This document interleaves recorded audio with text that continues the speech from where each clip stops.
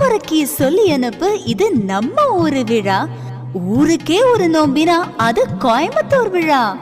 உப்பு சமா இருந்தாக்கா ஊரு பக்கம் வாடா. அரிசி பருப்பு சோறு விருந்து இருக்கு ரெடியா. ஹலோ ஃப்ரெண்ட்ஸ், இன்றைக்கி நம்ம கிச்சனில் என்ன செய்ய போகிறோம்னா சில்லி சிக்கன் தான் செய்ய போகிறோம். வாங்க அது எப்படி செய்கிறதுன்னு பார்க்கலாம். அதுக்கு முன்னாடி நீங்கள் என்ன என் சேனலை சப்ஸ்கிரைப் பண்ணலைன்னா சப்ஸ்கிரைப் பண்ணிங்க, பக்கத்தில் அடிக்கிற பெல் ஐக்கானே கிளிக் பண்ணுங்கள். அப்போ தான் நான் இனிமேல் போகிற வீடியோஸ் எல்லாம் உங்களுக்கு வரும். இப்போ ஒரு 300 கிராம்ஸ் நான் எடுத்திருக்கேன் சிக்கனு. அதை கழுவி சுத்தம் பண்ணி வச்சுருக்கேன். அதுக்கு தேவையான அளவு உப்பு சேர்த்துக்குங்க. காரத்துக்கு 2 ஸ்பூன் வரமிளகாத்தூள் ஆட் பண்ணுறேன். கலர் வேணால் ரெட் சில்லி பவுடர் கூட நம்ம ஆட் பண்ணிக்கலாம். 1 ஸ்பூன் கார்ன் மாவு, 2 ஸ்பூன் அரிசி மாவு சேர்க்குறேன். அரிசி மாவு சேர்த்தா கொஞ்சம் நம்மளுக்கு மொறுமொறுன்னு கிடைக்கும். அதுக்காக நான் 2 ஸ்பூன் அரிசி மாவு சேர்க்குறேன்.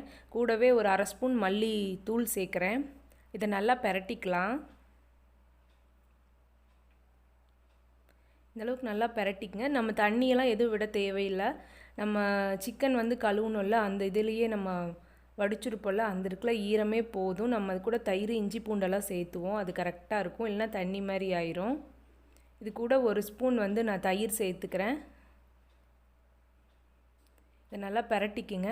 கூட 1 ஸ்பூன் இஞ்சி பூண்டு பேஸ்ட்டு சேர்த்து நல்லா பெரட்டிக்கலாம். இந்த ஈரப்பதமே போதும். ஒரு அரை மணி நேரம் நம்ம இதை ஊற வச்சிடலாம்.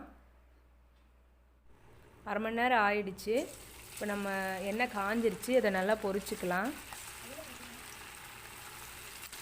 தனித்தனியாக பிரித்து போடுங்க. லைட்டாக திருப்பி விட்டுக்கலாம்.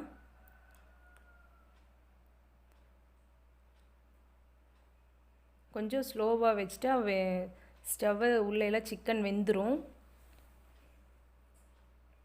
பாருங்கள், இந்த அளவுக்கு ரெடி ஆயிடுச்சு. இன்னும் கொஞ்சம் ஒரு சிலர் கொஞ்சம் டார்க்காக கொஞ்சம் பிளாக் ஆன மாதிரி கொஞ்சம் ரொம்ப மொறுன்னு சாப்பிடுவாங்க. அந்த மாதிரி இருந்தால் இன்னொரு 2 மினிட்ஸ் விட்டுக்கலாம். இப்போ ரெடி ஆயிடுச்சு ஃப்ரெண்ட்ஸ், சில்லி சிக்கன். ட்ரை பண்ணி பாருங்கள். தேங்க்யூ.